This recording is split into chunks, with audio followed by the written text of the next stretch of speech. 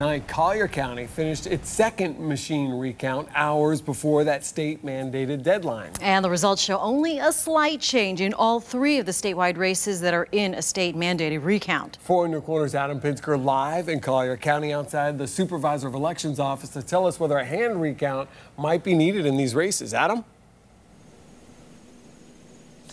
Yeah, Patrick, that decision will be up to the State Division of Elections, and if they decide to do that, it'll be affecting 3 races, U.S. Senate, the governor's race, and Commissioner of Agriculture. That will happen if the margin is within 0.25%.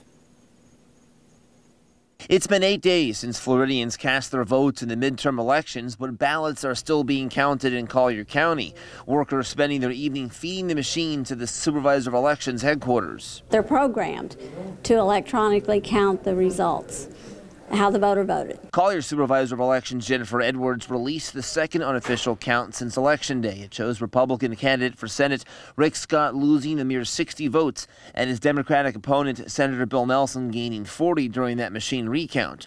The two candidates are separated by almost 12,000 votes statewide. Scott was shown on Twitter meeting with Senate Majority Leader Mitch McConnell on Wednesday along with other GOP incoming senators. But he may have to hold off on measuring the drapes in his new office until all the counties finish their machine counts. Edwards say it will then be up to the state to decide Thursday if a hand recount must take place. Generally, it takes a few hours for them to make the determination after they receive all of the unofficial second results. Florida's law that requires recounts in races decided by less than a half percentage point was passed after the infamous 2000 election that saw former President George W. Bush win Florida by only 500 votes, and with it the presidency.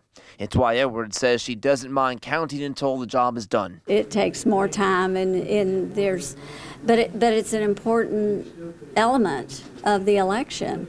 It's part of our job. And there will be a hand recount here in Collier County tomorrow for a local race, a county judge race between Blake Adams and James Moon, only separated by 100 votes.